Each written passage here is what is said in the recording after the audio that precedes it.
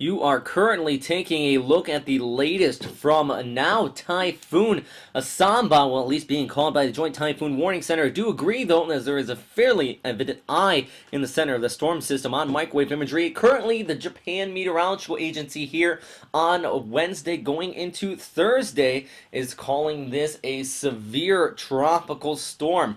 And it does look like it has all these characteristics of a weak typhoon or a severe tropical storm. Some very heavy rains coming out of this. Winds gusting up over 50 knots has been reported in southeastern Visayas. And over here towards Yap, just towards the northeast of Palau, actually 177 millimeters of heavy rainfall has been recorded here in the past 24 hours. And it does look like these heavy rains are definitely going to continue to persist, especially over towards the west, across portions of the Philippines here, as that moisture continues to get grabbed out of the South China Sea and pushes off there towards the east. First, let's take a look at the forecast track here and tell you about where we're going to be talking about here and who is going to be affected very likely with this storm system. Now, this is from the official track at the Japan Meteorological Agency, having the storm gradually work its way off there towards the north, then eventually getting closer and closer to the southern Japanese islands. You actually have the big island here of Okinawa. It does look like it very well could possibly pass into the early morning hours on Sunday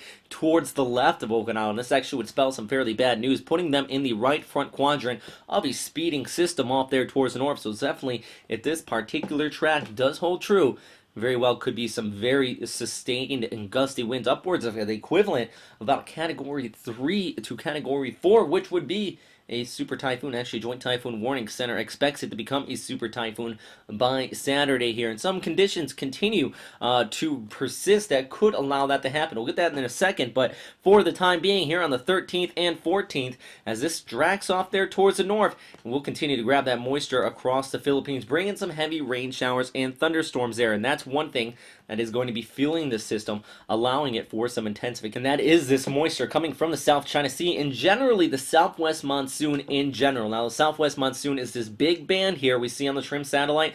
This is a total accumulation over the past week, and you can see in some of these areas in the darker reds and purples, that's actually indicating upwards of about 500 to 600 millimeters in a week's time here, and all this moisture is going to get fed in there to Sanba. That's going to be creating some flooding and possibly dangerous landslide conditions across Visayas and off towards Luzon, but also all that moisture coming in provides more energy for this tropical system continue to strengthen. And not just that, upper level conditions also remain rather favorable. Vertical wind shear is on the low side, and this is due to high heights aloft. And I tend to say that, and I'm just going to show this to you for just 2 seconds here. This is an upper level chart showing the 700 HPA, or about 10,000 feet up into the air, and right here those high heights aloft, or high pressure aloft as some people call it, is really going to be very conducive. It allows for that chimney effect and the outflow. So basically, if you start a fire in a room and you don't put a chimney into it, the fire eventually is going to be extinguished. Well, right now it does look like this does have those effects into the upper levels to allow this to continue to strengthen. And not to mention, at the sea surface, temperatures remain right around 30 to 33 degrees here in the Philippines. And that warm bathtub is just going to be making everything right for this storm to continue to intensify. Now, right now, the Joint Typhoon Warning Center expects max of right around 115, gusting up to 140 knots. That is on Sunday. So right here on the 16th, once it passes just towards the west of Okinawa. Sometimes I do say that these storms are awesome, often, especially with the Joint Typhoon Warning Center base pointers. Well, at least at this time, I'm not going to say that because it does look like much of the agencies are following along this similar track, and not to mention that, but also the model consensus and the general overall flow. It looks like it's going to be continuing to point off here towards the north. So on Okinawa, definitely going to be wanting to watch this very closely. And also down towards Japan, or excuse me, the Philippines, you're also going to be wanting to watch this closely. If you remember, about a month ago, we had those severe floods across Manila. It wasn't really due to a named system that caused these severe floods, but more so due to that continuous monsoonal flow. As you can see here, these pictures really just do tell the story. So it does look like as this storm continues to track off in that northerly direction, very well this could happen yet again. Out there in Okinawa, though, definitely you want to be getting prepared for this storm. We had Bolivian blow through, and this is actually some other footage taken by Mr. James Reynolds here as well from Typhoon Fury. It does show that there's very windy conditions, so you're going to be wanting to watch this as well. Definitely I think this is the time to really already get prepped for this storm to come in your direction, because if we go and look at the model consensus, you can see that they're all fairly in a line with each other. It's not too often you actually see all of these models right one on top of each other, and with that said, that means a fairly high confidence. So across the southern Japanese islands, I definitely would go out there, get your water and all those gear that you really need, but also be sure to take in objects from outside, any loose things that could cause debris and blow around, because it looks like winds above 100 knots gusting.